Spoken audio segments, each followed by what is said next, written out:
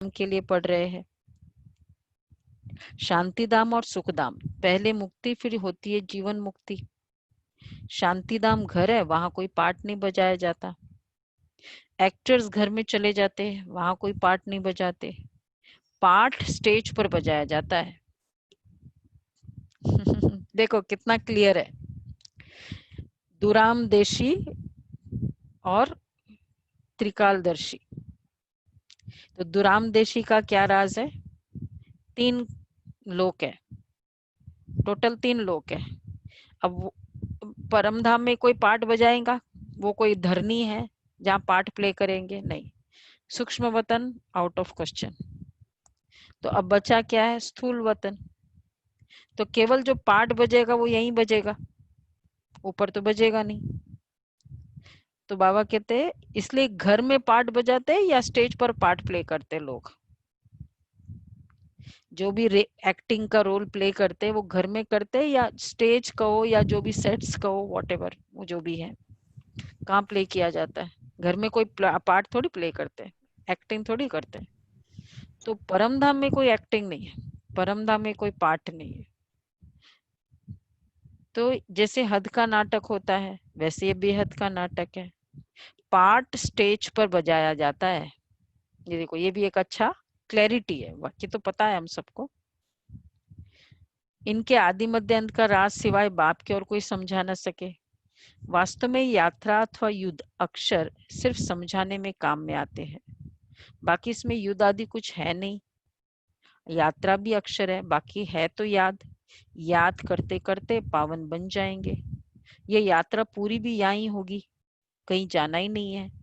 बच्चों को समझाया जाता है पावन बनकर अपने घर जाना है। अपवित्र तो जा ना सके, अपने को आत्मा समझना है। मुझ आत्मा में सारे चक्र का पाठ है। अभी वह पाठ पूरा हुआ है। बाप राय देते हैं बहुत सहज, मुझे याद करो, बाकी बैठो तो यहाँ ही हो, कहाँ जाते नहीं हो। बाप आकर कहते मुझे याद करो तो तुम पावन बन जाएंगे। युद्ध कोई है नहीं, अपने को तमो प्रधान से सतो प्रधान बनाना है, माया पर जीत पानी है। बच्चे जानते 84 का चक्र पूरा होना है। भारत सतो प्रधान था, उसमें जरूर मनुष्य ही होंगे। भारत सतो प्रधान था तो मनुष्य पुकारते भी। अब जब हम कहते जमाना खराब हुआ या जमाना अच्छा है, तो जमाना मतलब क्या? मनुष्य, मनुष्य में भी क्या शरीर थोड़ी वैसा ही है। शरीर जो सतयुग में था, लीवर था, किडनी था, सब कुछ वैसा ही था। तो शरीर भी चेंज नहीं हुआ, प्रकृति भी चेंज नहीं हुई, क्या चेंज हुई? तो तो बाबा कहते तमो प्रधान तो सतो प्रधान। तो किसका खेल है पूरा? आत्मा का खेल है। माया पर जीत पानी है। बच्चे जानते 84 का चक्र पूरा होना है। भारत सतो प्रधान था। मनुष्य पुकारते भी है कि आकर हमको पतित से पावन बनाओ, परंतु वह कौन है, कैसे आते हैं, कुछ भी नहीं जानते। अभी बाबा ने तुम्हें समझदार बनाया है, कितना उच्च मर्तबा तुम पाते हो। वहां के गरीब भी बहुत ऊंच है, वहां के गरीब यहाँ के साहूकारों से। भल कितने भी यहाँ साहूकार है, कितने भी बड़े बड़े राजाए हैं, धन बहुत था, परंतु ये डिग्रेडेशन का मेन कारण क्या था? अगर आप किंग की हिस्ट्री सुनो तो स्टार्ट कहाँ से हुआ डिग्रेडेशन?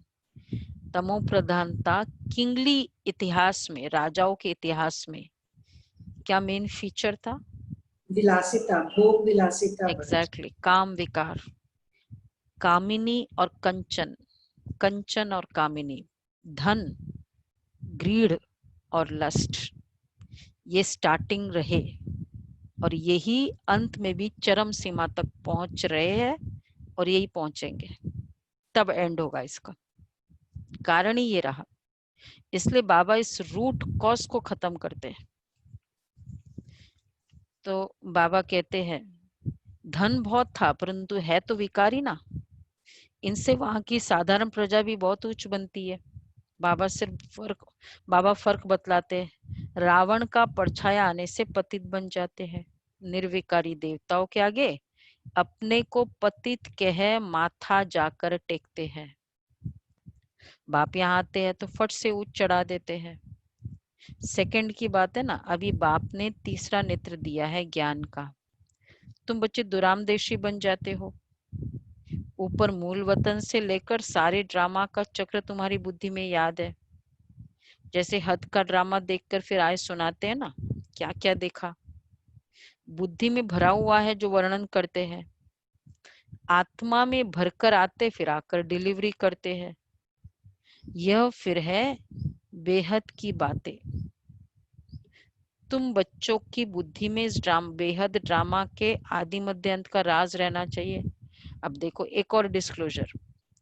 जो बुद्धि में है, कोई भी एक्टर क्या करता है, जो बुद्धि में उसको भरा है पार्ट वो प्ले करता है।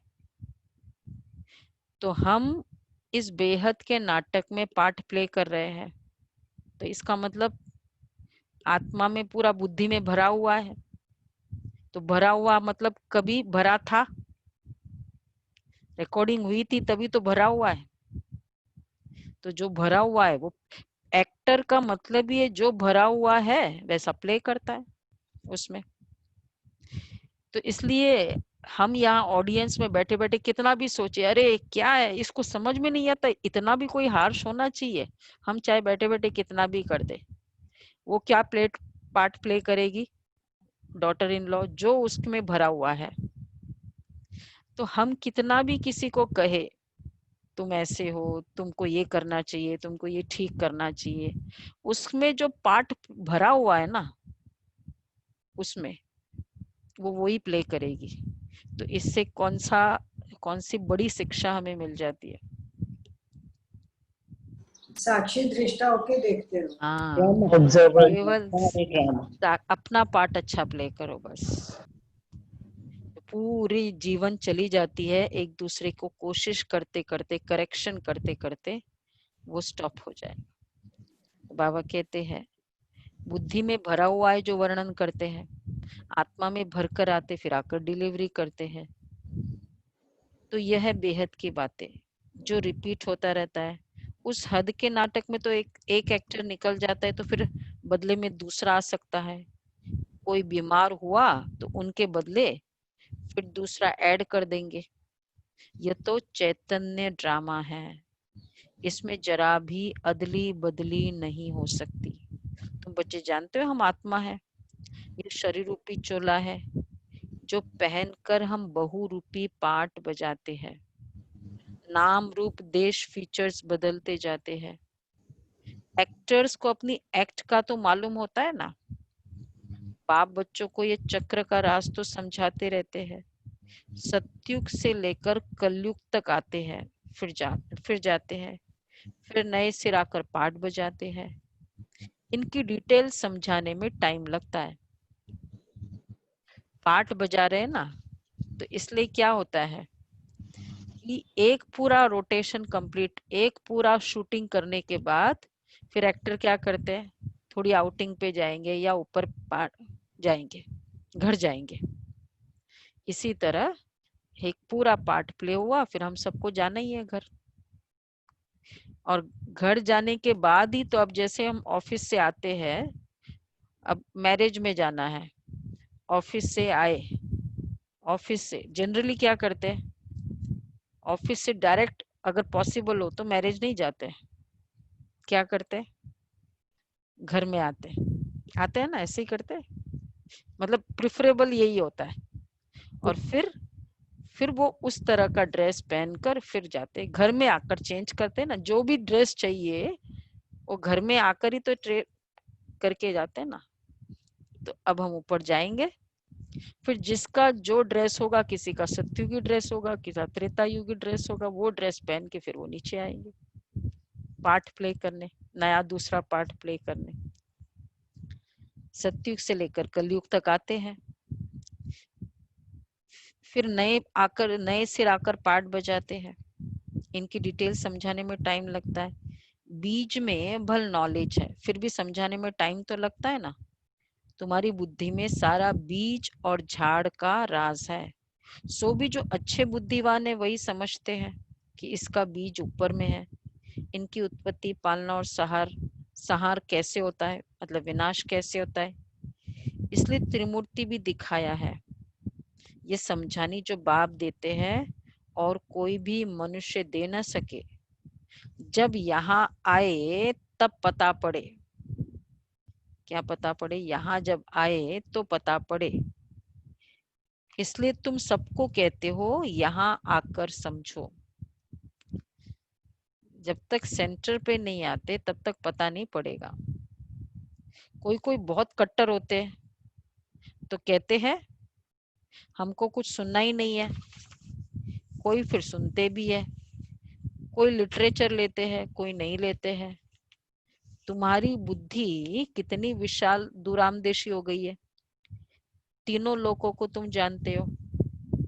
मूल वतन जिसको निराकारी दुनिया कहा जाता है, बाकी सूक्ष्म वतन का कुछ भी है नहीं।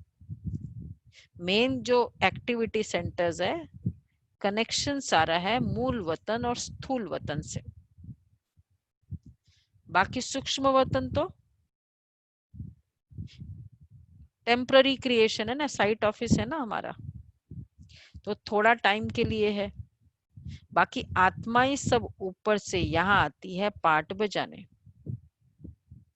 आते समय डायरेक्ट है, जाते समय वाया है। इसलिए जाते समय उसकी जरूरत है सूक्ष्म वतन की, आते समय जरूरत ही नहीं है। तो जब जाते समय जरूरत है और जाने का टाइम कब होगा? लास्ट में, उसके पहले कोई जाएगा नहीं। तो इसलिए फिर पाठ कब होगा सूक्ष्म वतन का? मतलब कितना एक्यूरेट है ना ये ड्रामा, कि जब जरूरत है तभी होगा पाठ। तो बाबा कहते हैं ये झाड़ सब धर्मों का नंबरवार है। बाकी सूक्ष्म वतन थोड़ा टाइम के लिए है। बाकी आत्माएं सब ऊपर से यहाँ आती है पाठ बजाने। यह झाड़ सब धर्मों का है नंबरवार। यह है मनुष्यों का झाड़ और बिल्कुल एक्यूरेट है। कुछ भी आगे पीछे हो न सके। न आत्माएं कुछ भी आगे पीछे न हो सकते। तो यहाँ का अदली बदली नहीं होगा, वहां का भी अदली बदली होगा। परम धाम का परम धाम का सीटिंग अरेंजमेंट थोड़ा चेंज कर दे तो न आत्माएं और कोई जगह बैठ सकती है, न परमात्मा और न आत्मा। आत्माएं वहां क्या होता है ब्रह्म मह तत्व में बैठती है, खड़ी होती है, हैंगिंग है। हैंगिंग है वहाँ, शांत स्वरूप में बैठी होती है। बैठी होती है, हैंगिंग। सोती रहती हैं, सोती हाँ? रहती हैं दीदी, सोती रहती हैं दीदी। तो लेटी हुई होती है आत्मा। अच्छा, कितने सारे व्यूज है देखो। दीदी हैंगिंग होती है। हैंगिंग होती है। आज बाबा थोड़ा डिस्क्लोज कर रहे हैं। बाबा कहते हैं पूरा साउंड बंद कर देना, स्क्रीन तो शेयर स्क्रीनिंग नहीं होगा। तो बाबा कहते हैं कि आत्माएं ब्रह्म महतत्व में खड़ी होती है। जैसे स्टार्स आकाश में खड़े हैं ना, ये स्टार्स तो दूर से छोटे छोटे देखने में आते हैं, है तो बड़े, लेकिन आत्मा तो न छोटी बड़ी होती है, खड़ी होती है आत्मा। देखो कहाँ लेटी हुई, कुछ नहीं। स्टार्स जैसे खड़े होते हैं ना वैसे। न विनाश को पाती है। तुम गोल्डन एज में जाते हो, फिर आयरन एज में आते हो। बच्चे जानते हैं हम गोल्डन एज में थी, अब आयरन एज में आ गए, कोई वैल्यू नहीं रही। खड़ा होना का मतलब ये नहीं कि एक्टिव है। बाबा ने एग्जाम्पल दिया, जैसे स्टार्स सितारे ऊपर खड़े होते हैं ना, बैठे नहीं बोलते हम। तो इस तरह से है। भल माया की चमक कितनी भी है, परंतु यह है रावण की गोल्डन एज। वह है ईश्वरीय गोल्डन एज। कौन सी गोल्डन? ईश्वरीय गोल्डन एज।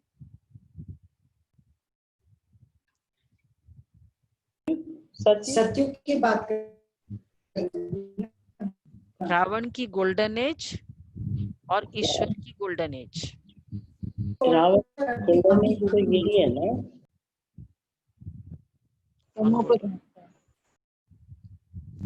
बोलो, ये रावण की गोल्डन एज कौन सी है और ईश्वर की गोल्डन एज कौन सी है? दीक्षा दीदी भाई। रावण की गोल्डन एज तो कलयुग हो गया दीदी, हम्म, और ईश्वर की सतयुग हो गई। हाँ, गोल्डन एज तो वही तो बाबा ने कहा, भल माया की चमक कितनी भी है, परंतु यह है रावण की गोल्डन एज और वह है ईश्वरीय गोल्डन एज। ये नया नया नाम बाबा देते हैं। मनुष्य कहते रहते 6-7 वर्षों में इतना अनाज होगा, जो बात मत पूछो। वो क्या होता है, 5 ईयर बजट का प्लान करते हैं ना। देखो उन्हों का प्लान क्या है और तुम बच्चों का प्लान क्या है।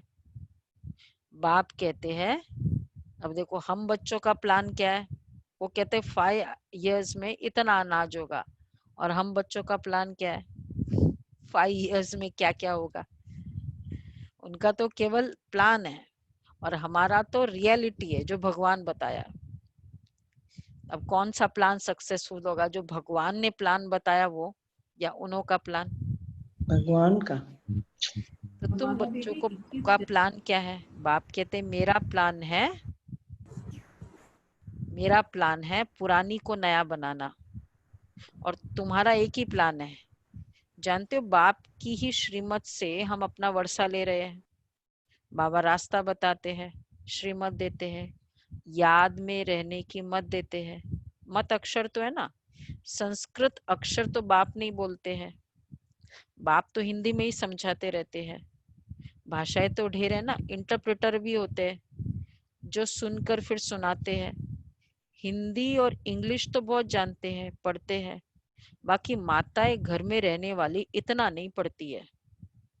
आजकल विलायत में अंग्रेजी सीखते हैं, तो फिर यहाँ आने से भी इंग्लिश बोलते रहते हैं, हिंदी बोल ही नहीं सकते हैं। अच्छा, घर में आते हैं, आज बाबा को थोड़ा बड़े इनफॉर्मल बात कर रहे हैं। घर में आते हैं तो माँ से इंग्लिश से बात करने लग पड़ते हैं, विलायत से आते हैं तो वह बेचारी मूंझ पड़ती है, हम क्या जाने इंग्लिश से। ये उन दिनों की बात है ना। फिर उनको टूटी फूटी हिंदी सीखनी पड़े। अब बाबा क्यों कहना चाह रहा है ये सब? ये देखो बच्चे, यहाँ तो इंग्लिश, वहां तो इंग्लिश सीख के आते हैं, फिर बोलते हैं, फिर ये करते हो, क्यों बोलना पड़ रहा है बाबा को? फिर उनको फिर हिंदी सीखना पड़ रहा है। बच्चे, सतयुग बाबा में एक राज्य एक तो भाषा। हिंदी में ही बोलेंगे तो सब बैठे रहे सारा हिंदी सीख। कंपैरिजन क्या, सतयुग में कौन सी भाषा होगी तनुज? हिंदी। हाँ, तो हिंदी अच्छी आती है। देखो, चाहे विदेश में जाओ, रहो, करो, सतयुग की भाषा। सतयुग में एक राज्य एक भाषा थी, जो अब फिर से स्थापन कर रहे हैं। हर 5000 वर्ष बाद ये सृष्टि का चक्र कैसे फिरता है, सो बुद्धि में रहना चाहिए। अब एक बाप की याद में रहना है। यहाँ तुमको फुर्सत अच्छी रहती है, सवेरे में स्नान आदि कर बाहर घूमने फिरने में। मधुबन में किसकी मजा है? अगर एक्चुअली देखा जाए, मधुबन का मजा बहुतों ने तो लिया ही हो। किस समय का मजा आता है?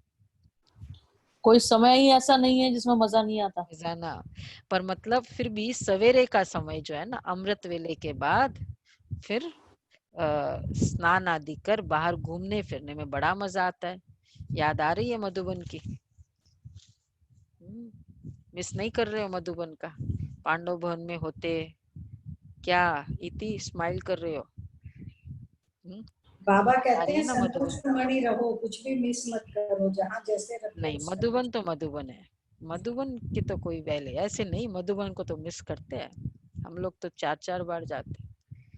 वो तो ठीक है, वैसे बाबा साथ है, दादियों को क्या मधुबन का वो था, भावना थी। मधुबन की तो कंपैरिजन कहीं नहीं हो सकती। तो बाबा कहते हैं कि यहाँ जब आते हो, वैसे करते हैं सभी, मैंने देखा हमारे बाबा के ये फरिश्ता परिवार, सवेरे में स्नान आदि कर बाहर घूमने फिरने में बड़ा मजा आता है। सुबह सुबह चले जाते थे आप लोग।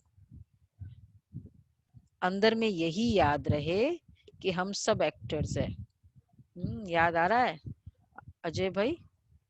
देखो सेवा कर लिया तो कर लिया ना, अभी इस साल वेट करते तो कैसे होता, पिछले साल आनंद ले लिया सेवा का, अभी थोड़ी होता। तो बाबा कहते हैं घूमते समय याद करो यहाँ हम सब एक्टर्स हैं। ये भी अभी स्मृति आई है, बाबा ने हमको 84 के चक्र का राज बताया है, हम सत्व प्रधान थे। ये बड़ी खुशी की बात है। मनुष्य घूमते फिरते हैं, उनकी कुछ भी कमाई नहीं, तुम तो बहुत कमाई करते हो। बुद्धि में चक्र भी याद रहे, फिर बाप को भी याद करते रहो। कमाई करने की युक्तियां बाबा बहुत अच्छी अच्छी बताते हैं। जो बच्चे ज्ञान का विचार सागर मंथन नहीं करते, उनकी बुद्धि में माया खिटखिट करती है, उन्हें ही माया तंग करती है। अंदर में ये विचार करो कि हमने ये चक्र कैसे लगाया। सतयुग में इतने जन्म लिए, फिर नीचे उतरते आए, याद करो, रिवाइंड करो। वैसे याद भी, कोई भी पुरानी बातें की याद कब आती है, जब हम fag end of the life में पहुंचते हैं कि देखो कैसे हम लोग वहां जाते थे, कैसे करते थे। तो वो तब रिवाइंड होता है ना, वो अच्छी अच्छी बातें किस तरह जाते थे। तो अब कलयुग संगम युग के भी एंड में पहुंच गए, संगम युग के एंड का चैप्टर है। तो अब याद करो जो बाबा ने स्मृति दिलाई।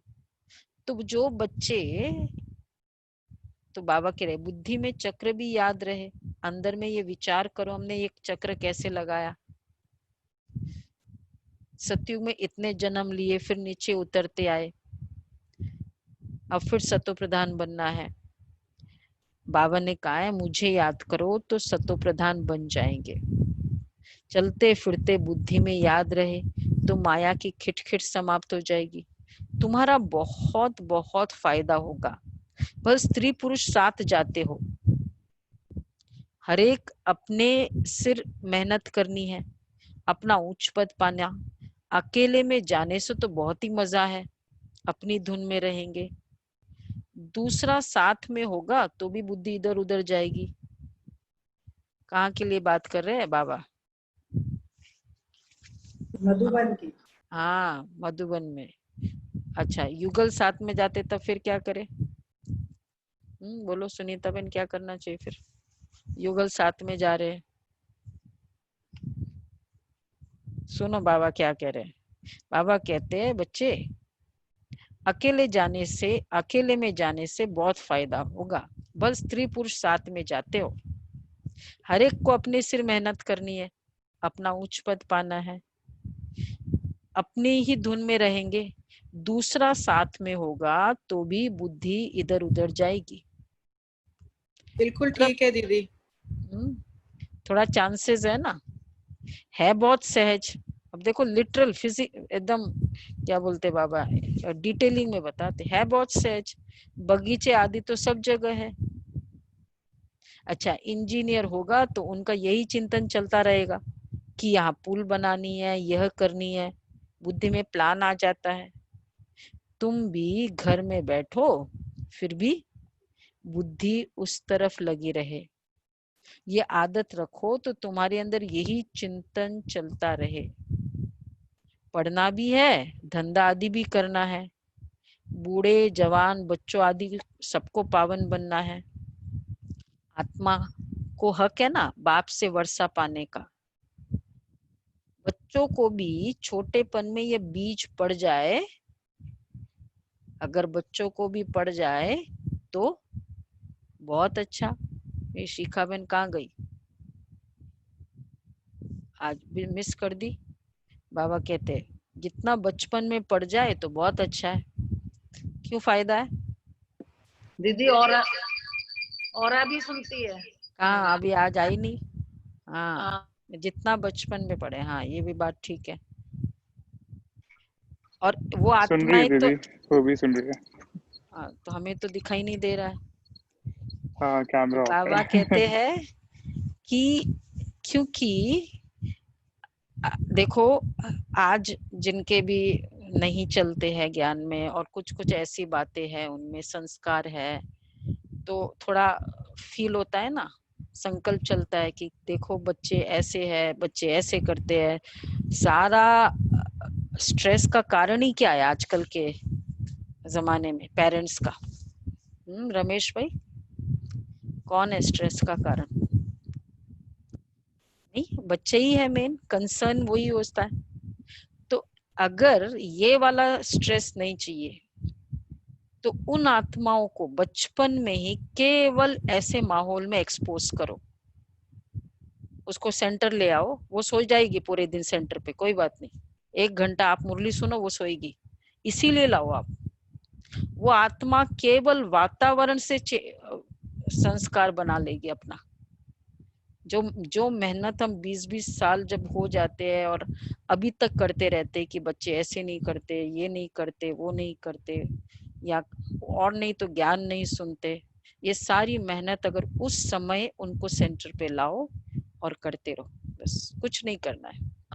वो कुछ भी नहीं है, कोई बात नहीं, ज्ञान नहीं सुन, कुछ भी जरूरत नहीं है बस। इसलिए बाबा कहते हैं बच्चों दीदी को भी। जब मैं जाती थी तो अंश और दिशा को बचपन से वहां ले जाती थी जब छोटे थे, शिलोंग में सेंटर। तो तभी उन लोगों के अंदर बीज पड़ गया ना। हाँ तो ये बीज पड़ा ना, आज आपको फायदा हो रहा है ना उसका। हाँ। तो बच्चों को भी छोटेपन में ये बीज पड़ जाए तो बहुत अच्छा है। क्यों क्यों ये बीज पड़ जाए तो बहुत अच्छा है? गुलाब भाई बताओ। आध्यात्मिक विद्या, देखो बाबा क्या कह रहे हैं, बिगड़ेंगे नहीं बच्चे, बिगड़ेंगे नहीं, बिगड़ेंगे नहीं। आध्यात्मिक विद्या और कोई सिखा ना सके, ये कोई नहीं सिखा सकता। तुम्हारी ये जो आध्यात्मिक विद्या है वो ये तुमको बाप ही आकर पढ़ाते हैं। उन स्कूलों में तो है जिस्मानी विद्या, और वह है शास्त्रों की विद्या, या फिर है रूहानी विद्या जो तुमको भगवान सिखलाते हैं। इनका किसको भी पता नहीं है। इनको कहा ही जाता है स्पिरिचुअल नॉलेज, जो रूह आकर पढ़ाते हैं। उनका और कोई नाम नहीं रखा जा सकता। ये तो स्वयं बाप आकर पढ़ाते हैं। भगवान वाच है ना, भगवान एक ही बार इस समय आकर समझाते हैं। इसको रूहानी नॉलेज कहा जाता है। वह शास्त्रों की विद्या अलग है। देखो वो विद्या भी पढ़ो, लेकिन वो है फिजिकल, वो कमाने की स्किल्स है, पैसे कमाने की स्किल्स वो है, वो भी सिखाओ। दुआएं कमाने की स्किल्स ये है, ये भी सिखाओ। अगर हमने सिर्फ एक स्किल सिखाया, दूसरा नहीं सिखाया, तो क्या होगा? उनके अंदर वो आत्मा में अंदर भरपूरता नहीं है, क्योंकि आत्मा की कमाई नहीं की, तो इसलिए वो आत्मा लेकर कुछ नहीं जाएगी।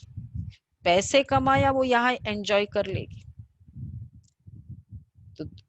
तो दोनों विद्या सिखाओ। तो बाबा कहते हैं यह विद्या जो रूह आकर पढ़ते हैं, ये तो स्वयं बाप आकर पढ़ाते हैं। तुमको पता है कि नॉलेज एक है, वह है शास्त्रों की विद्या, वो अलग है।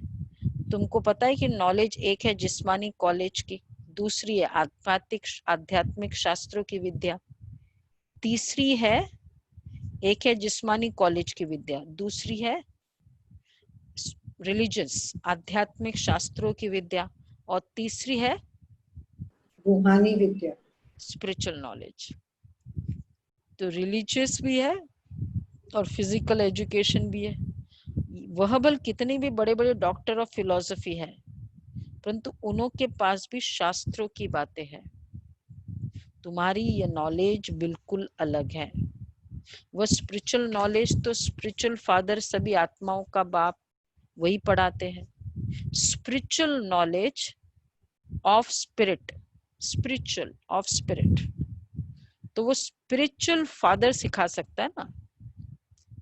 जैसे न्यूक्लियर का कोई एक सब्जेक्ट है, तो वो उसका जो फादर है, उसका जो मास्टर है वो सिखाएगा।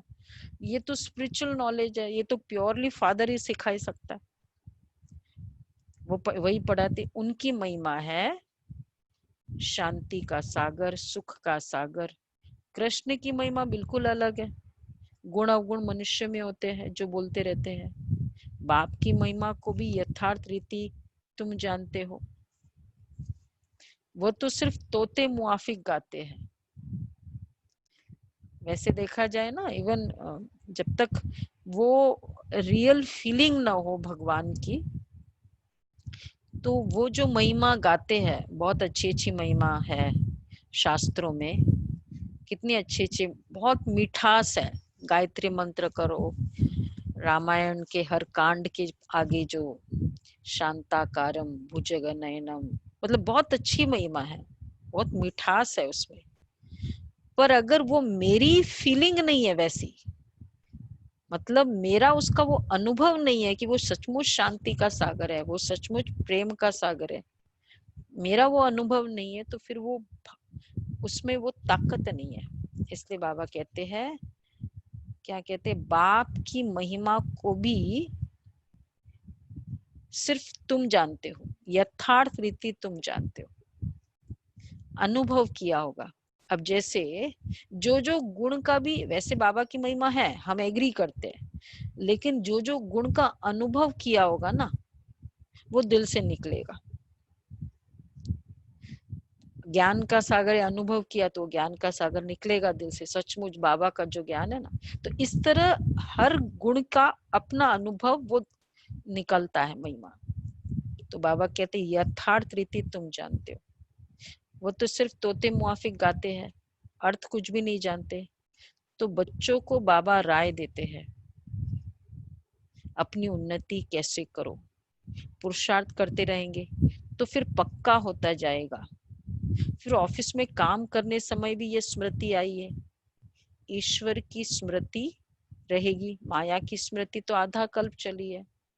तो अभी बाप यथार्थ रीति बैठ समझाते हैं, अपने को देखो, हम क्या थे, अब क्या बन गया है, फिर हमको बाबा ऐसा देवता बनाते हैं। ये भी तुम बच्चे नंबरवार पुरुषार्थ अनुसार जानते हो। पहले पहले भारत ही था, भारत में बाप भी आते हैं पाठ बजाने। तुम भी आदि सनातन देवी देवता धर्म की हो ना, तुमको पवित्र बनना है, नहीं तो पिछाड़ी में आएंगे फिर क्या सुख पाएंगे। भक्ति जास्ती नहीं की होगी तो क्या कनेक्शन है ज्ञान का, अगर भक्ति जास्ती नहीं की होगी, यहाँ भी लेट आएंगे, संगम युग के साथ नहीं, सतयुग के साथ कनेक्शन। सत्युग में भी तो लेट आएंगे, लेट आएंगे, त्रेता में ही एंट्री करेंगे, ज्ञान में भी कम चलेंगे। भक्ति जास्ती नहीं की होगी तो आएंगे नहीं, न ज्ञान में आएंगे और न सत्युग में। देखो कितना वैल्यू है भक्ति की। जितना अच्छा भगत होगा, बाबा हमेशा कहते हैं, कांता बहन कहाँ है, जितना अच्छा भगत होगा क्या होगा, वो ज्ञान भी अच्छा समझेगा। दिल की भक्ति, अच्छी भक्ति, ये वाली भक्ति नहीं, दिखावे वाली नहीं, दिल की भक्ति। बाबा कहते हैं भक्ति जास्ती नहीं की होगी तो आएंगे ही नहीं। समझ जाएंगे, अगर ये समझ जाएंगे कि ये इतना उठाने वाला नहीं है ज्ञान, समझ तो सकते ना, बहुत मेहनत करते फिर भी कोई बिरले निकलते हैं, फिर क्या करे, लेकिन थकना नहीं है, मेहनत तो करनी है। मेहनत बिगर कुछ मिलता थोड़ी है। बच्चे को हम लोग, वो बच्चा बिछुड़ जाता है तो वो मिलेगा कहीं एक जगह, लेकिन उसके लिए मेहनत कितनी करनी होती है।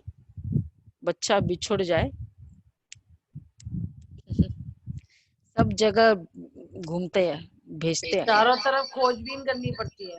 हाँ, तो हमको फील होता है बाद में, चलो चारों तरफ खोज करके भी मिल जाए तो लगता है कि हम लोगों ने ये सब किया, कहते सफल हो गया, चलो मिल गया ना। कर रहे हैं, अपने बिछड़े हुए परिवार को ढूंढ रहे हैं हम लोग। हाँ, ये है सेवा, इसको कहेंगे सेवा।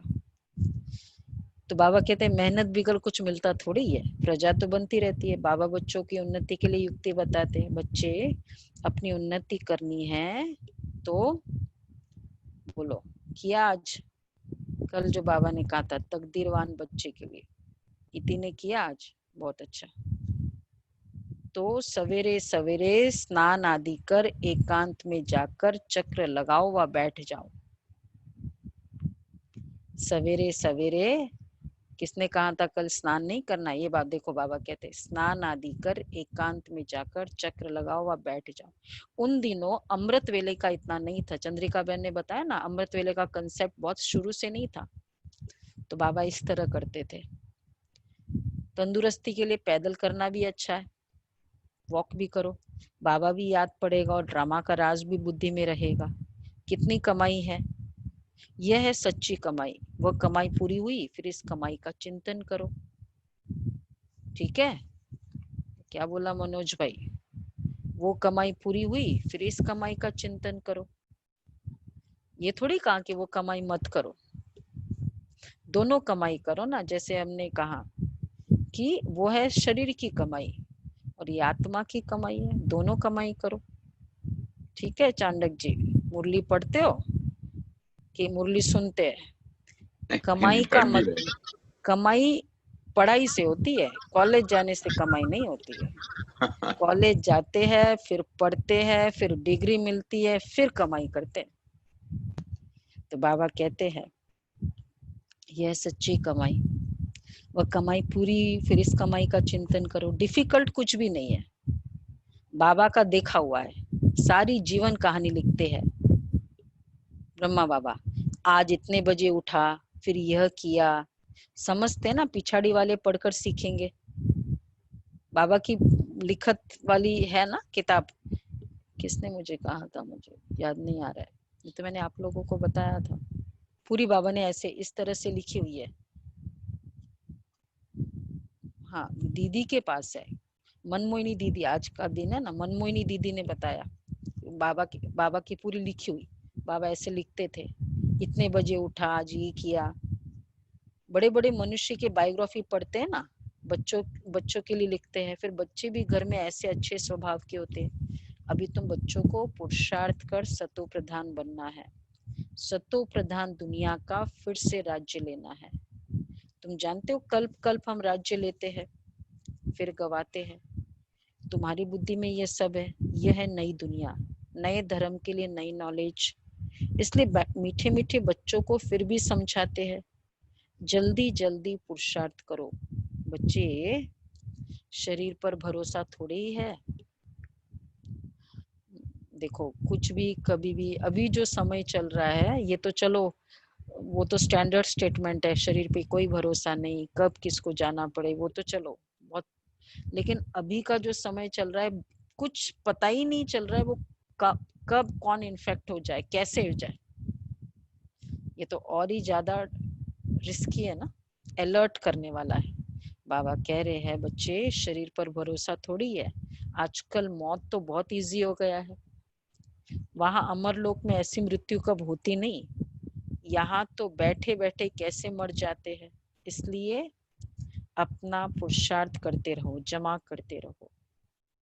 अच्छा, मीठे मीठे सिकिल दे बच्चों प्रति माता पिता बाप दादा का याद प्यार, गुड मॉर्निंग। रूहानी बाकी रूहानी बच्चों की नमस्ते। हम रूहानी बच्चों की रूहानी बाप दादा को याद प्यार, गुड मॉर्निंग। सब क्यों नहीं बोल रहे? सुरेश भाई बोला, याद प्यार दिया बाबा को, एक की आवाज आई, सब बोले। म्यूट था दीदी, करते तो रोज। अच्छा, इसलिए वोट भी दिखता है हमको, सब दिखता है। बुद्धि को ज्ञान चिंतन में बिजी रखने की आदत डालनी है, पहला पॉइंट। बुद्धि को ज्ञान चिंतन में बिजी रखने की आदत डालनी है। जब भी समय मिले एकांत में जाकर विचार सागर मंथन करना है। जब भी समय मिले एकांत में जाकर विचार सागर मंथन करना है। बाप को याद कर सच्ची कमाई जमा करनी है। बाप को याद कर सच्ची कमाई जमा करनी है। दूसरा है दुरामदेशी बनकर इस बेहद के नाटक को यथार्थ रीति समझना है। दुरामदेशी बनकर इस बेहद के नाटक को अच्छी रीति समझना है। सभी पाठधारियों के पाठ को साक्षी होकर देखना है। सभी पाठधारियों के पाठ को साक्षी होकर देखना है। वरदान है मास्टर ज्ञान सागर बन, गुड़ियों का खेल समाप्त करने वाले। मास्टर ज्ञान सागर बन, गुड़ियों का खेल समाप्त करने वाले। स्मृति सुसमर्थ स्वरूप भव, स्मृति सुसमर्थ स्वरूप भव। जैसे भक्ति मार्ग में मूर्ति बनाकर पूजा आदि करते हैं, फिर उन्हें डुबो देते हैं, तो आप उससे गुड़ियों की पूजा कहते हो। ऐसे आपके सामने भी जब कोई निर्जीव असार बातें, ईर्षा, अनुमान, आवेश आदि की आती है और आप उनका विस्तार कर अनुभव करते या कराते हो कि यही सत्य है, तो यह भी जैसे उसमें प्राण भर देते हो। फिर उन्हें ज्ञान सागर बाप की याद से बीती सो बीती कर स्व उन्नति के लहरों में डुबोते भी हो, लेकिन उसमें टाइम तो वेस्ट जाता है। इसलिए पहले से ही मास्टर ज्ञान सागर बन स्मृति सो समर्थी भव के वरदान से इन गुड़ियों के खेल को समाप्त करो। अच्छा बाबा ने बताया, मतलब वो गुड़िया है, कुछ है नहीं, मिट्टी है, पर उसको सजा धजा करके प्राण दे देते और फिर वापस फिर डुबोना, तो फायदा क्या? पहले क्रिएट करो फिर डुबो। तो इसी तरह बाबा कहते हैं तुम भी कोई ऐसी असार बातें है ना, इसने ऐसा किया, उसने ऐसा किया, फिर उसको चिंतन में लाते हो, तो तब उसको प्राण आदि दे देते हो और फिर उसको फिर बाद में फिर उसको ये ज्ञान सागर से फिर उसको निकालना चाहते हो, तो क्या करे? प्राण ही ना दे उसको, उन बातों को एनकरेज ही ना करे। स्लोगन है, तो क्या हो जाएगा? आज का वरदान, आज का स्वमान होगा मास्टर ज्ञान, मैं समर्थ स्वरूप आत्मा हूँ। आज का स्वमान होगा मैं समर्थ स्वरूप आत्मा हूँ। तो व्यर्थ की बातों को संकल्प में क्या रखना है? इस व्यर्थ की बातों को उसको प्राण नहीं देना है। ये ऐसा है, प्राण कब देते? जब हम अपने संकल्प को देते, उसमें टाइम देते हैं, उसको प्राण देते हैं। तो कोई भी ऐसी बात हो उसमें प्राण नहीं देना है। और इसलिए समर्थ स्वरूप भव, तो ऑलवेज समर्थ की फीलिंग में। स्लोगन है, जो समय पर सहयोगी बनते हैं उन्हें एक का पदम गुणा फल मिल जाता है। जो समय पर सहयोगी बनते हैं उन्हें एक का पदम गुणा फल मिल जाता है। अच्छा, हम 10 मिनट दीदी के बातें सुनेंगे। विशेषताएं 28 जुलाई है, मनमोहिनी दीदी का दिन है। उसके बाद फिर हम चार्ट रखेंगे, चार्ट करेंगे। तो विशेष दीदी, क्योंकि बहुत बाबा के नए नए बच्चे भी है, शायद कईयों को पता भी नहीं है। दीदी वो परिवार से है, दीदी के चाचा लोकोमल और जसुमती, जो बॉम्बे का जसलोक हॉस्पिटल है, तो उनके फैमिली उनके ट्रस्टी थे। जसुमती के नाम से वो जसलोक हॉस्पिटल बताया होता है, तो इसलिए वो फैमिली से दीदी थी। और जैसे आप लोगों ने सुना होगा, बताया वो नेहा बहन ने, कि दीदी और शीलेंद्रा दादी, दोनों सिस्टर्स थी, और क्वीन मदर, ये दीदी की मदर का नाम था। और मतलब बाबा के नेक्स्ट जो बहुत रेप्यूटेड फैमिली यज्ञ की थी वो दीदी की थी। और तीसरा, दीदी वाज द फर्स्ट जिन्होंने अपना सब कुछ इमीडिएटली छोड़ के बाबा मतलब फैमिली सहित क्वीन मदर, दीदी और शीलेंद्रा दादी, तो सब कुछ छोड़कर वो समय समाज की स्थिति जो थी और बाबा के यज्ञ में आए। बहुत बंधन था। एक होता है जैसे वो अर्जुन के लिए कहते हैं कि जब उसने देखा अपने परिवार वालों का तो उसने सोचा कि कैसे मैं कुछ कर सकता हूँ। तो दीदी वो था तो बाबा का यज्ञ उन आत्माओं के त्याग, तपस्या, कुर्बानी की कहानी है जिनको अपनों से लड़ना पड़ा। तो दीदी वॉज वन ऑफ देम जिनको अपनों से लड़ना पड़ा। उनके अपने ही पेरेंट्स, मतलब अपने ही परिवार वाले उनके अगेंस्ट में खड़े हुए थे। तो ये वो उन दिनों के समय दीदी फर्स्ट फैमिली थी। और दीदी के अंदर जो स्पेशलिटी जो थी, दीदी कभी भी न मुरली क्लास कराती थी, न क्लास कराती थी, और न बाहर का भाषण करती थी। देखो दीदी ये थी, कोई भी बाहर का भाषण कुछ नहीं, लेकिन मैनेजमेंट और बाबा के श्रीमत पर एक्यूरेटली चलना ये दीदी का था। ब्रह्मा बाबा जब मम्मा अव्यक्त हुई, दीदी हमारी दिल्ली की थी पूरी हेड, जो आज जैसे गुलजार दादी है, तो आज तो खैर ब्रिजमोहन भाई साहब है, तो वैसे पहले दीदी थे। तो बाबा ने उनको वहां बुला लिया। मधुबन के जो भी इंटरनल थी सेवाएं वो, और बाबा को सखा के रूप से दीदी हमेशा फील करती थी, शिव बाबा मेरा सखा है। तो अमृत वेले के पहले जब भी बाबा दीदी के कमरे में जाओ ना, एज अ फ्रेंड, बाबा वो फीलिंग बहुत थी दीदी को बाबा के लिए। तो एकदम जैसे याद में खोई हुई ये स्थिति थी।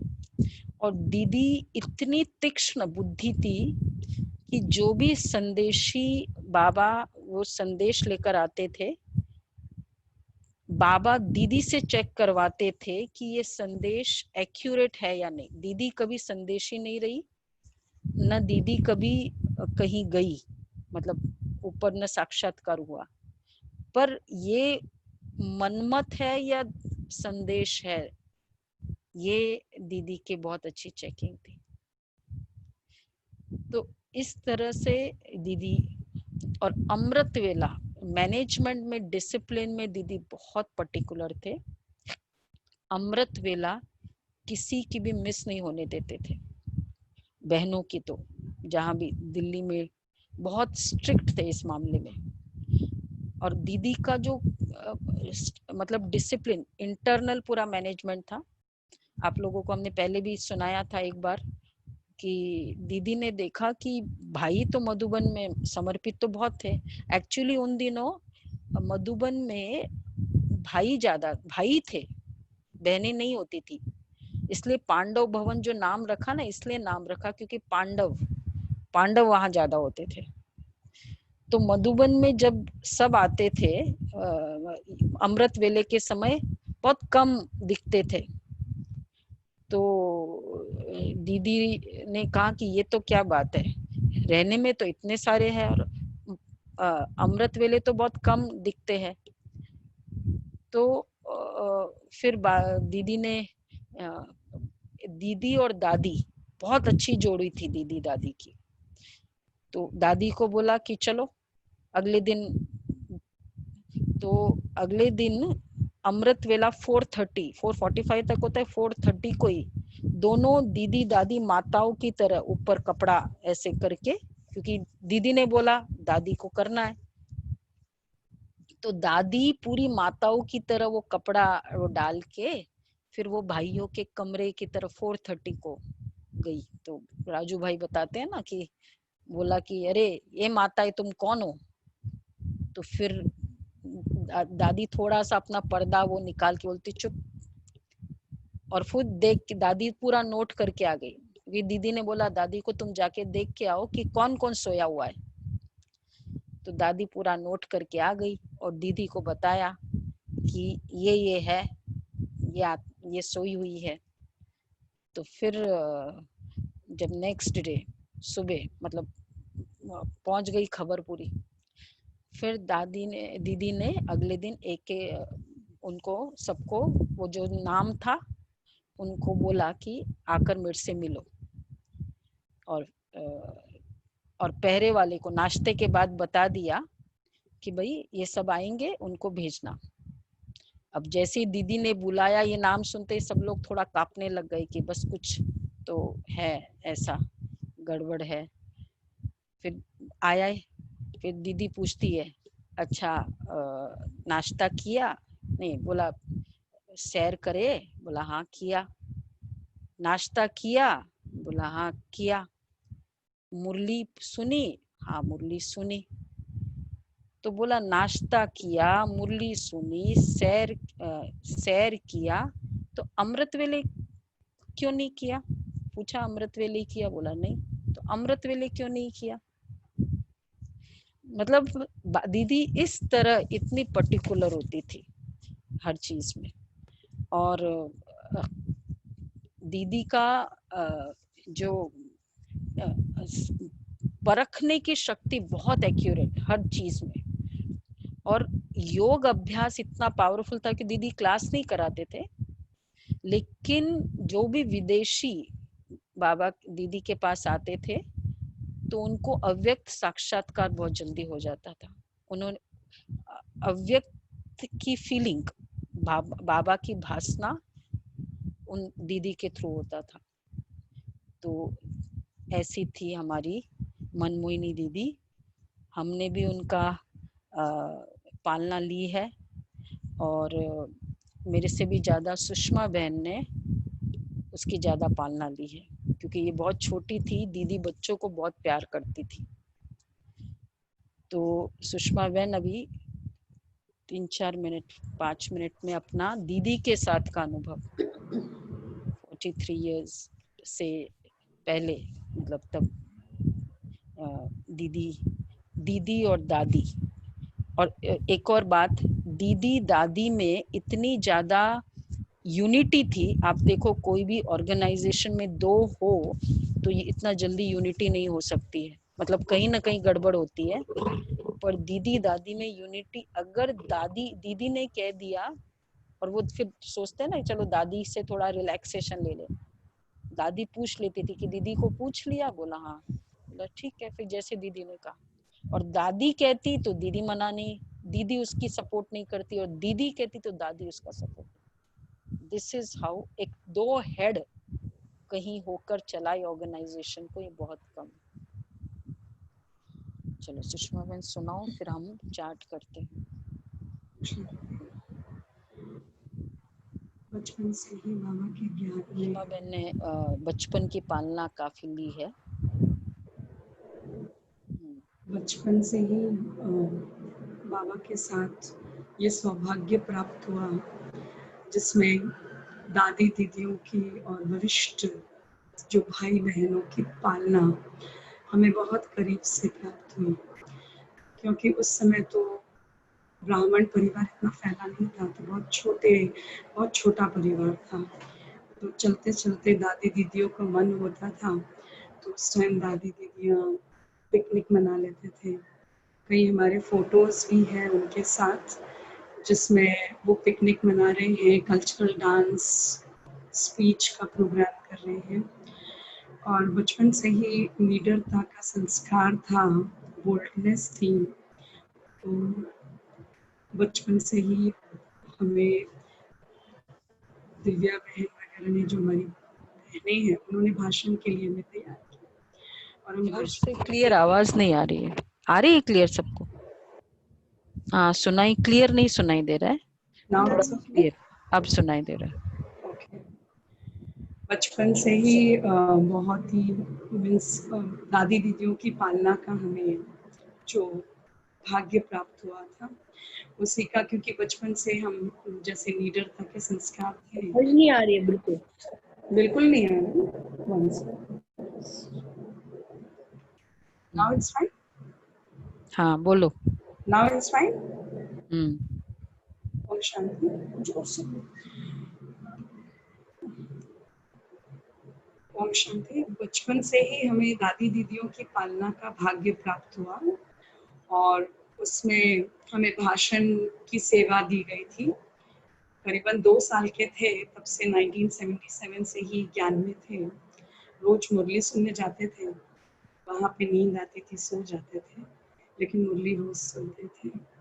और उसी दौरान हमें भाषण की ट्रेनिंग दी गई।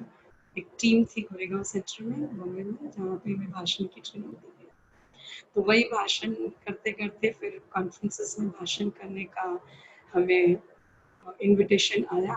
और दादी दीदिया उस वजह से, बच्चों की आवाज़ थी, मीठी आवाज़ थी, तो हमें बहुत प्यार, बहुत स्नेह देती थी।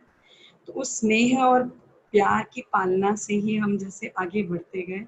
और दादी इतना हमें प्यार करती थी कि दादी और दीदी जब भी, क्योंकि वो जैसे 2 देह एक प्राण थे, तो जब भी वो बैठे तो हमें वो अपने बीच में बिठाते थे, नीचे नहीं बैठने देते थे, बीच में बिठाते थे संदली पर, कि ये तो हमारी दुलारी बच्ची है, ये हमारी प्यारी बच्ची है। और जब दादी का दिल करता था, दादी कहती थी सुषमा भाषण करो। जब भी दीदी से टोली लेने जाते थे तो दादी और दीदी की मेमोरी बहुत शार्प थी, तो हमेशा कहते थे कि गुलाब की बच्ची भाषण करने वाली, हमेशा वो कहा कहते थे।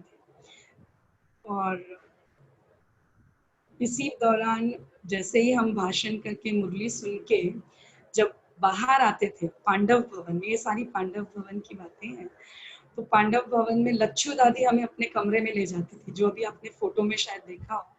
भोग हमेशा लच्छू दादी लगाती थी, जो सलवार कमीज पहनी हुई थी। वो लच्छू दादी हमें ब्रेड और मक्खन बहुत प्यार से बाबा के भोग वो खिलाती थी, क्योंकि और अलग अलग गिफ्ट्स देती थी। मीन्स इतना रूहानी स्नेह, इतनी रूहानी पालना, अलौकिक पालना हमें मिली। शायद हम समझते हैं कि आज ज्ञान और योग की गहराई में हम जो गए हैं, उसका मेजर जो रीजन है, वो रीजन रहा है कि उनकी दृष्टि, उनकी नजर से हमने जैसे है ना, हम निहाल हो गए। और ऐसे ही बाप दादा से भी मिलते थे तो दादी और दीदी हमेशा हमारे भाषण को लेकर बड़ा ही खुश रहती थी। एक हमारा फोटोग्राफ भी है, शायद वो ब्लैक एंड व्हाइट फोटो है, तो वो शायद स्क्रीन पे नहीं आ रहा है, जिसमें हम दादी और दीदी के बीच बैठे हैं और कल्चरल डांस हो रहा है पांडव भवन की टेरेस पे। फिर एक जनरली वहाँ पे छोटा परिवार रहता था तो गेट टुगेदर होता था। आज तो जैसे अपॉइंटमेंट लेना पड़ता है, तब हमें ऐसे कभी महसूस नहीं हुआ कि कभी हमें अपॉइंटमेंट लेना पड़े। आज भी नहीं लेना पड़ता है, क्योंकि सभी जानते हैं बचपन से। और उस टाइम बच्चों के प्रोग्राम में भी आते थे तो कोई बच्चे ये नहीं भाषण वगैरह नहीं करते थे, और बच्चों की आवाज़ मीठी होती है तो जैसे हमारी मोनोपोली थी, तो उस कारण भी बड़े वरिष्ठ भाई बहन हमें बड़ा प्यार करते थे। साइंटिस्ट इंजीनियर्स की कॉन्फ्रेंसेस में भी भाषण करने के लिए बुलाते थे। लाल किले में जब पीस कॉन्फ्रेंस हुई तो उसमें भी बाबा ने भाषण करने के लिए हमें मौका दिया, तो उसमें भी दादी दीदी ने हमें अपने बाजू में रखा। वहाँ पे फोटो में है कि गुलजार दादी जैसे है ना बाजू में बैठे हैं। तो I just have the photos in hand, if you wish I can show that. तो इस तरह लास्ट में दिखा अलौकिक कहते हैं ना कि संतों की और भगवान की नजर पड़ जाए उतना ही काफी हो जाता है। तो हम भी ऐसे ही आज महसूस कर रहे हैं कि पुरुषार्थ के लिए, योग के लिए मेहनत नहीं करनी होती। जैसे परमधाम में जाना है तो जाना नहीं लगता, एक हार्डली सेकंड्स का काम है, वो बाबा खींच लेता है। वो दादियों के ब्लेसिंग्स का, दादियों की स्नेह का और दादियों की अलौकिक पालना का ही रिफ्लेक्शन है। हम लोग बाबा के दादी और दीदियां मीन्स इतने क्लोज थे फैमिली से कि जब जीने आए दादी को मेडिटेशन मीन्स भट्टी मीन्स, आज हमें आश्चर्य लगता है भट्टी आधा घंटा होती है, लेकिन वहां पे भट्टी मीन्स दादी दीदी खुद तिलक लगाते थे और हम लोग भट्टियों में 4-4 घंटा बैठ जाते थे। उसमें दादी दीदी खुद कमेंट्री करते थे और उन्होंने तो 1-2 लाइन बोली और आधे से ज्यादा जो क्लास है वो वतन में पहुंच जाते थे। वो एक अलग ही माहौल होता था जहाँ पे नीचे आने का दिल नहीं करता था। मेडिटेशन हॉल में जनरली भट्टियां होती थी शुरू में हिस्ट्री हॉल में, और जैसे जब तक मेरी मेमोरी याद है, मीन्स 5 इयर्स से मैं भट्टियां अटेंड कर रही हूँ, तब से मेडिटेशन हॉल में हो रही है। तो वहाँ पे ये सारा भट्टियां भी उस हिसाब से, मेडिटेशन हॉल की भी एक हाथ तो मेरी फोटोज हैं जिसमें हम भाषण कर रहे हैं और दादी बैठी है। और दादी को जब दिल में हुए कि पहाड़ी पर जाना है, योग लगाना है, तो दादी दीदी सबको पहाड़ी पर, बाबा की पहाड़ी फेमस है, आप लोग अभी जाते भी होंगे, तो बाबा की पहाड़ी पर हम लोग जाते थे और योग लगाते थे। ठीक है, काफी सारे ऐसे तो इंस्टेंसेस है बाप दादा के, दादी दीदियों के। ओके। इसी तरह अच्छा, ये वाला फोटो है दादी दीदियों की पालना से ही दादी की, दीदी के साथ के फोटो। चलो, 80 की फोटो है माउंट आबू की। चलो, ये बाबा की पहाड़ी का है जहाँ पे चलो हम अभी मेडिटेट कर रहे हैं। उसमें भाई, अच्छा, अभी हम चार्ट करें। चलो फास्ट चार्ट करते हैं। थैंक यू सुषमा बहन। वो फोटो बाकी रह गया जो बाबा ने, फोटो उन्होंने भेजे तो है लेकिन बिल्कुल क्लियर नहीं है। अच्छा अच्छा, बिल्कुल भी नहीं डिस्प्ले। चलो अभी स्टार्ट करते हैं चार्ट। ब्राह्मण जीवन की रूटीन, ये है फर्स्ट फुल कास्ट ब्राह्मण। बाबा हमेशा कहते मुरली में हाफ कास्ट ब्राह्मण, और क्योंकि दीदी वैसे भी डिसिप्लिन में नंबर 1 थी, तो कई बार हमारी जो डिसिप्लिन होती है वो हमारी पहचान भी होती है। कई बार हम लोग, जैसे पहले बच्चे थे, इस्कॉन वाले के साथ, इस्कॉन के फॉलोअर्स आदि थे, वो साथ में ट्रेवल करते थे और हम लोग उनकी धारणाएं देखते थे, वो ट्रेन में खा लेते थे, वो खाते थे, तो खुद को भी अच्छा नहीं लगता था कि कहने के लिए तो ये बहुत इतना इस्कॉन का है, पर ऐसा है।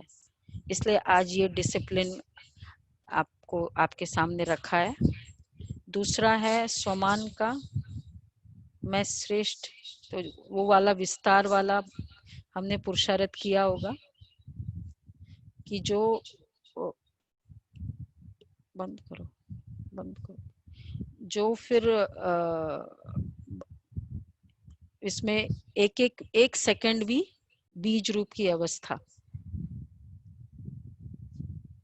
ओके, एक ही जन ने फिल किया और सारे दिन में याद का चार्ट, कंपेनियन, बाबा के साथ का कंपेनियन का अनुभव, वो इंक्लूड हो जाएगा चार्ट में। मतलब जो भी कुछ भी बातें मैंने बाबा के साथ पूरे दिन में शेयर किया, ऐसा कंपेनियन, वो 2 आवर्स में आ जाएगा। और लास्ट में जो था वो देवताई मैनर्स है, तो इसमें हम टॉन्टिंग से बोलना, किसी की मिस्टेक को बढ़ा चढ़ा कर बोलना, ये भी हम कर लेते हैं कभी कभी। मतलब एक होता है मिस्टेक है, लेकिन थोड़ा उसको 2-3 बार स्ट्रेस किया, ये है टॉन्ट हो जाता है फिर। और उसमें भी करेक्शन, दूसरों के सामने उसकी करेक्शन देना, वो रॉन्ग है। मतलब सामने पर्सनली अलग से, और वो भी लाइट इंस्ट्रक्शन जो कल हमने देखा था, तो ये सब बोल्ड में रॉन्ग नेगेटिव वाले मार्किंग में आएगा। अच्छा, बहुत अच्छा। 3 मिनट में 41% ने वोट किया है।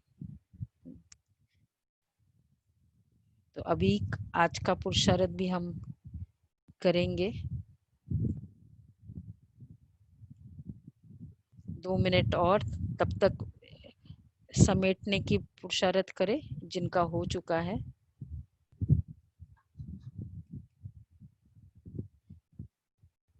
और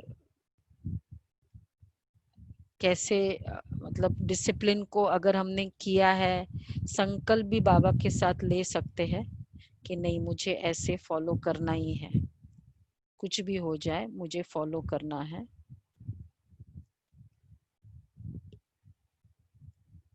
मेरा लास्ट क्वेश्चन में आना ही बंद हो गया।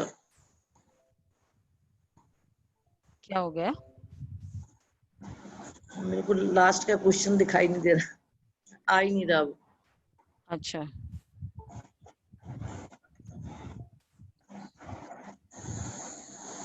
लास्ट को क्वेश्चन नहीं दिख रहा है, स्क्रॉल करो, हो जाएगा। ओके, आज का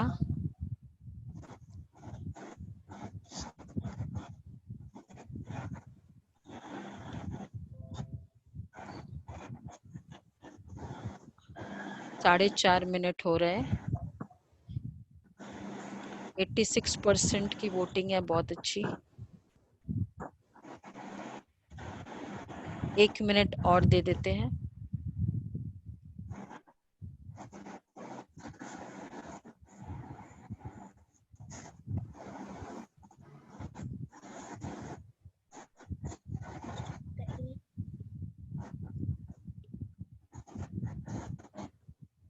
ओके, 5 मिनट। 92%, बहुत अच्छा। बीच में कोई चले गए जिनको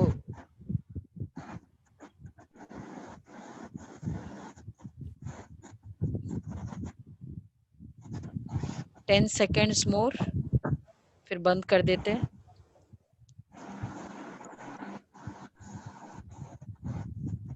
थ्री, 2, 1।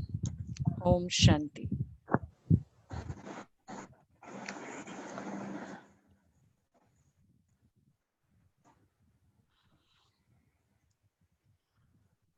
फुल कास्ट ब्राह्मण बहुत कम है, 23%। तो सबने एम रखा है। अच्छा, 47%।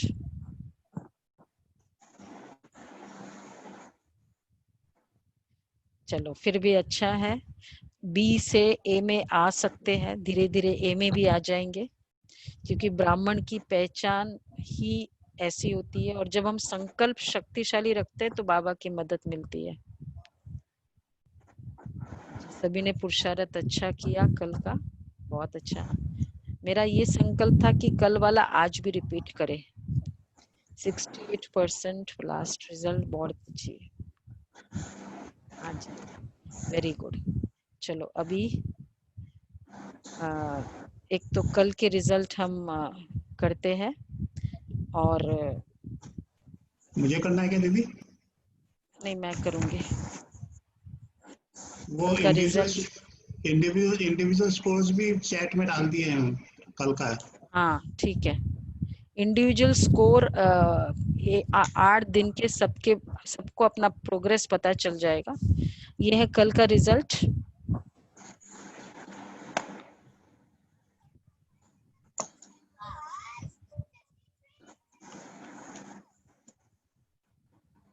दीदी प्ले नहीं हुआ? अच्छा, प्ले नहीं हुआ। और छोटा भी आ रहा है, कल जैसे ही आ रहा है, जैसे कल था वैसे। आज का पुरुषार्थ। अच्छा,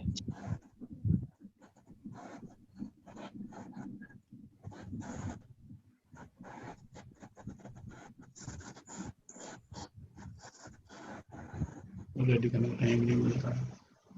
हाँ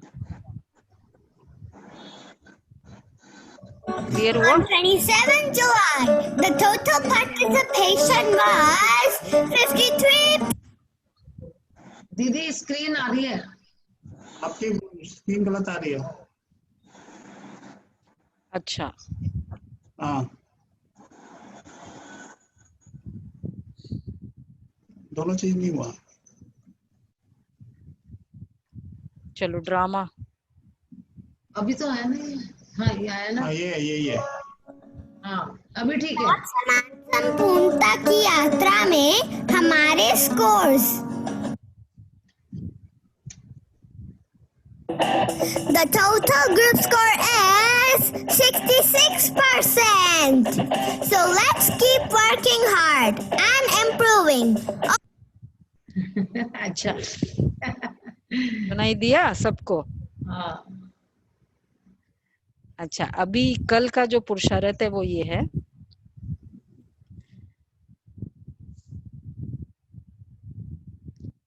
अब आप सोचो क्या हो सकता है इसका।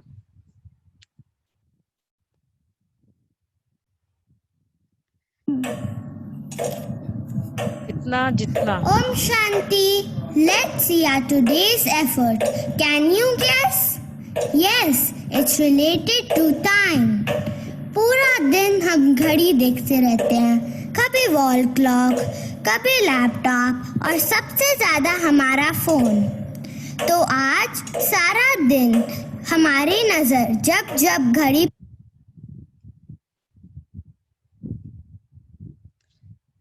जब घड़ी पे नजर जाए तब क्या करना है? ओम शांति।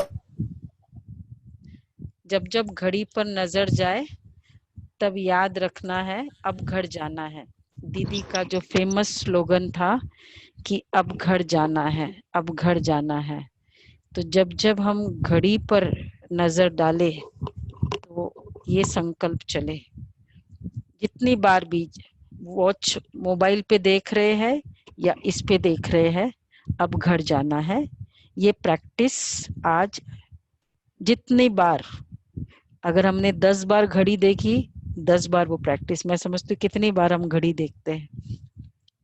अब घर जाना है मेजॉरिटी टाइम। और दूसरा प्रैक्टिस था मैं समर्थ स्वरूप आत्मा हूँ। तो बार बार कोई भी बात आए उसके विस्तार में नहीं जाना, जाकर एकदम उसमें प्राण नहीं देना है, समझना और सार रूप में आना है। और ये फिर कल का पुरुषार्थ हम कर सकते हैं। सार रूप में आना मतलब इमीडिएटली ऊपर का पुरुषार्थ हो सकता है। अच्छा लगा होगा ना आप सभी को? मुझे तो बहुत अच्छा लगा। एकदम स्टॉप कर दिया, ऊपर गए, स्टॉप कर दिया, ऊपर गए। कोई इसमें बहुत अच्छा था कि कल कोई फोन कर रहा, अब वो अपनी कुछ बातें जो भी यूजलेस थी, जैसे मैंने बताया ना आदत होती है, मैं इधर गया, फिर मार्केट में गया, फिर नीचे गाड़ी उतरा, फिर ऐसे चला, ये सब। अब उस विस्तार में क्या करना होगा, हम अपने सार में चले जाए। उस समय जब ऐसे है तो प्राण नहीं देना है। दोनों बातें हैं कि एक तो प्राण नहीं देने हैं गुड़ियों के खेल में, ईर्ष्या आदि के बातों को जो भी नेगेटिव है, और फिर समर्थ में रहने के लिए विस्तार को सार में। तो दो उसमें फीलिंग्स दो होगी, स्वमान एक ही होगा, मैं समर्थ स्वरूप आत्मा हूँ। कैसे चांडक जी देख रहे हो? हाँ चलो ठीक है। तो ये पुरुषार्थ करना है, अब घर जाना है। तो आज हम बाबा की योग भी वैसे ही करते हैं। दीदी का जो फाइनल था एक ही स्लोगन होता था कि अब घर जाना है, अब घर जाना है। तो आज हम वही वाली गीत को वापस दोहराते हैं बाबा की लेते हुए। कल का प्रोग्राम वैसा ही रहेगा, कुछ खास। कल हमारी मुरली रिवीजन चलती रहेगी। उसमें दीदी आज मुरली रिवीजन नहीं है? आज थोड़ी होगी, अभी थोड़ी होगी मुरली रिवीजन। आज आया है ना मैसेज, तो आया ही था ना उसमें। तो याद में बैठते हैं।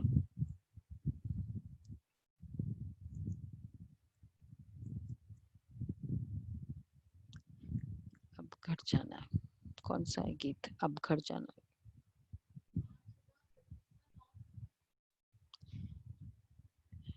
गीत अब घर जाना है।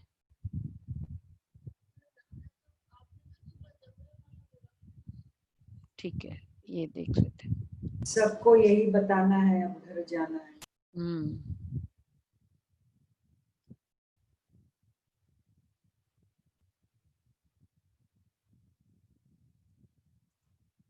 ये हम लोग जब जनरली सब उसके लिए करते हैं, जब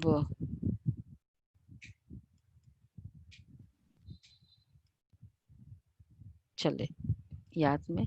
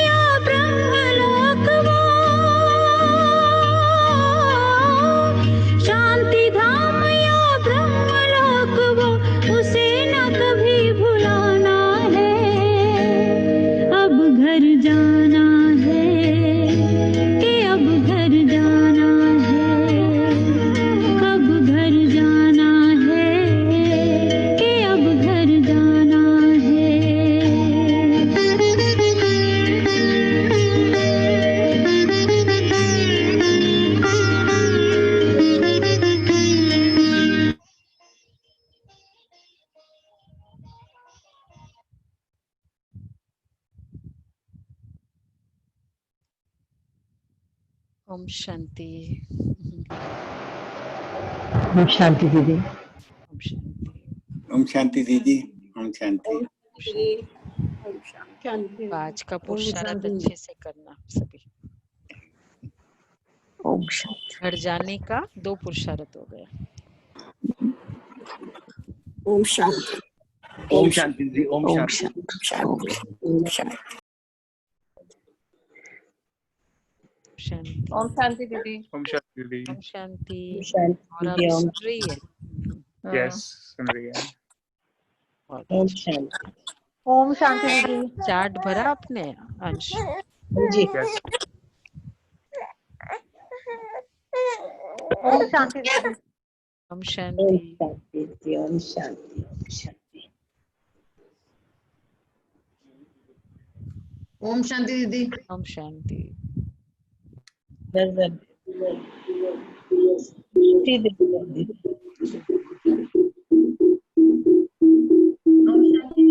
ओम शांति दीदी। ओम शांति। चार्ट भरा? अच्छा, बहुत अच्छा। Full marks?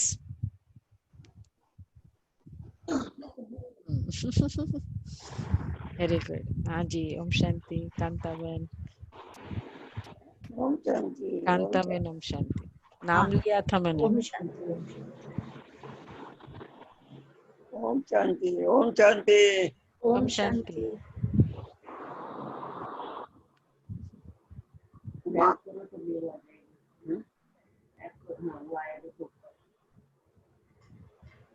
ओके।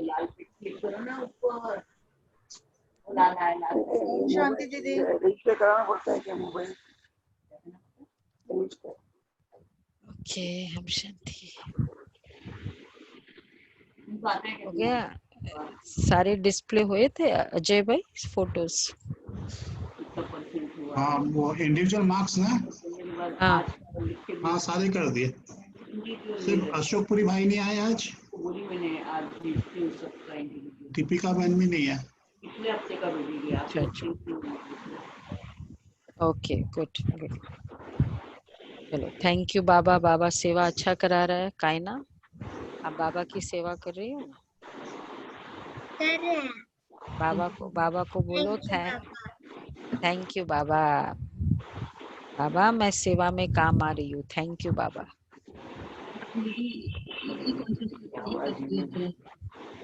बाबा करा रहा है।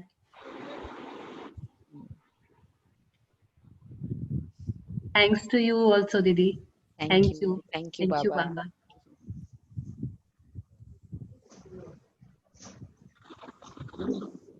ओके किरण भाई। हाँ, क्या बोल रहे हो ओम प्रकाश भाई? मोबाइल रजिस्टर कराना पड़ेगा। मोबाइल रजिस्टर करना पड़ता है कि मोबाइल नंबर? किसके लिए? चार्ट के लिए। नहीं, आपका नाम नहीं आ रहा है ना? हाँ, ओम प्रकाश काबरा के नाम से आ रहा है चार्ट अजय भाई? कल का तो आ रहा है। आ रहा है ना? हाँ, आ रहा है। अलग होना चाहिए दोनों का, युगल का अलग होना चाहिए। अलग। हाँ, तभी चार्ट होएगा। अच्छा लगा चार्ट आज सबको? बताया नहीं? चार्ट अच्छा लगा? हाँ, अच्छा लगा। अच्छा लगा? पूछे इसलिए अच्छा लगा। अच्छा लगा ना?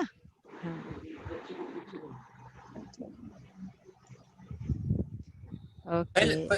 पहले नंबर में ब्राह्मण में आप अनम्यूट करके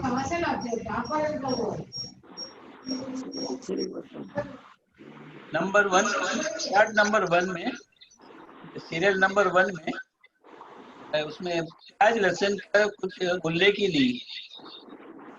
ब्राह्मण भोजन में प्याज लहसुन स्ट्रिक्टली प्रोहिबिटेड है। सात्विक में तो आता ही, या तो अंडरस्टूड है। नहीं आता है, अंडरस्टूड वो नहीं तो हमने पहले वाले में किया हुआ है ना? नहीं, उसमें भी नहीं है। चेक करना, उसमें प्याज लहसुन नहीं लिखा है। ठीक है, शब्द लिखा नहीं है। जो आएगा ठीक है। कल ओके, ओम शांति।